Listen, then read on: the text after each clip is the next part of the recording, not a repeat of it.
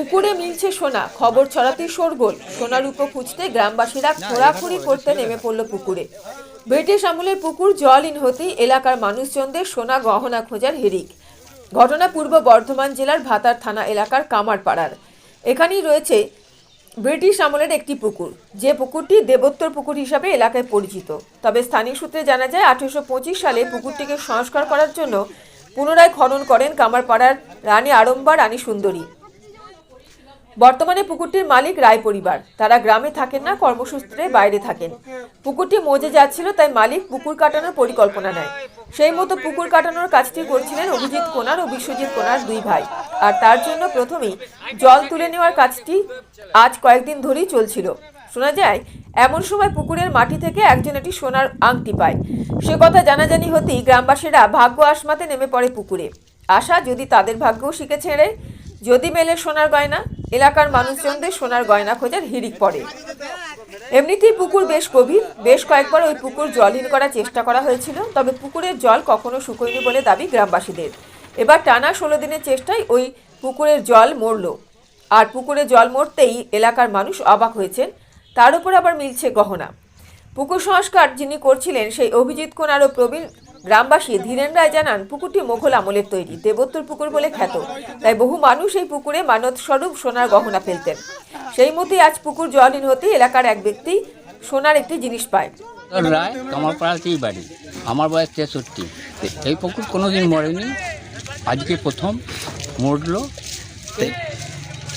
ভালো হলো, পরিষ্কার পরিচ্ছন্ন হবে। ফার্স্ট লেয়ারের পুকুর ছিল, তখন লেয়ার উপরে ছিল, জল অটোমেটিক মরতো না। এখন লেয়ার নেমে গেছে। কি পুকুর নামে পরিচিত এটা? উত্তর সায়ার।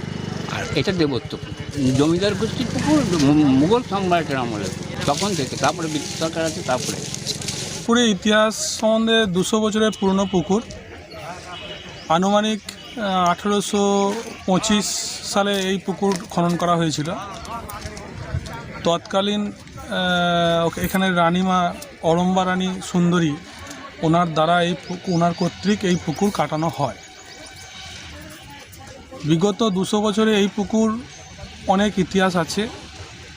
বলা হয় নাকি দেবোত্ত পুকুর, দেবতা বাস করে, অনেক অনেক গল্প আছে এতে।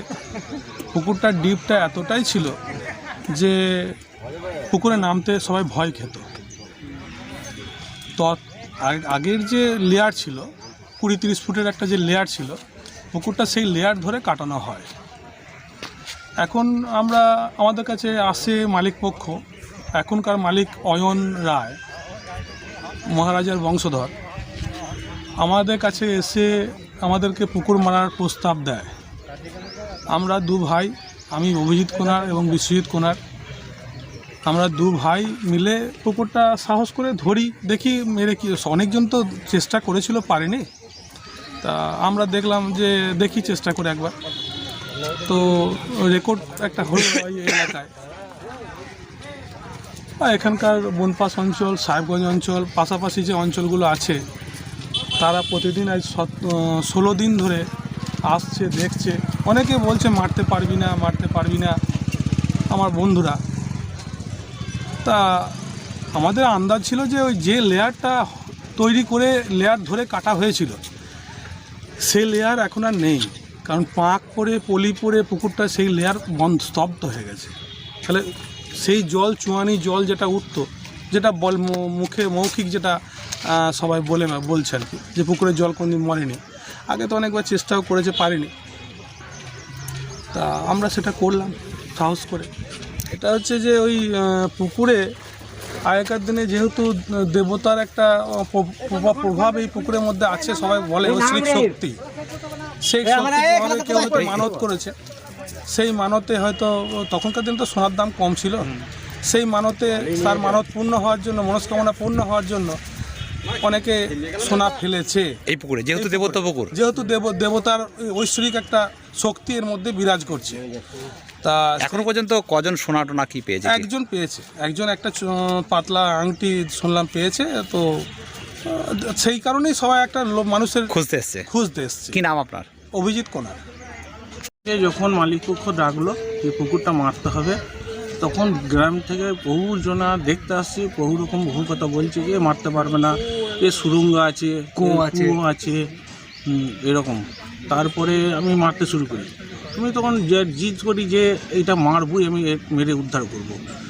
আর অনেকজনা বলছে যে 200 বছরের পুরনো পুকুর, 1825 সালে এটা কাটিয়েছিল, এখন প্রায় 200 বছরের কাছাকাছি হতে যাচ্ছে। কেউ কোনো মারতে পারে না। কারণ হচ্ছে যে 2-3বার চেষ্টা করেছে, কিন্তু জল কিন্তু তখন মরে শেষ করতে পারেনি। আমার নাম বিশ্বজিৎ কুমার।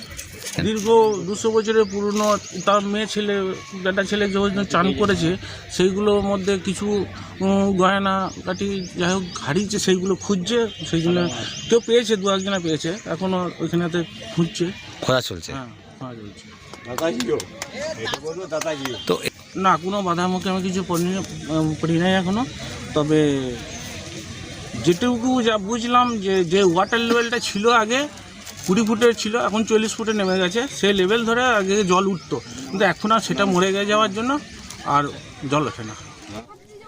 এখন দেখার আর কতজনের ভাগ্যে কত কি মেলে। আমিরুল ইসলামের রিপোর্ট, মোবাইল নিউজ 910।